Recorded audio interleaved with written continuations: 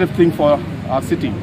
And therefore, I take this opportunity to thank each and every Darbar and all the Rangwashnongs and the leaders who have really participated and made this program a success. And we want to assure everybody that we will continue to have this program in the future also, and find ways and means on how the localities, the community and the government can work together for the betterment of society and our towns, our cities and the state.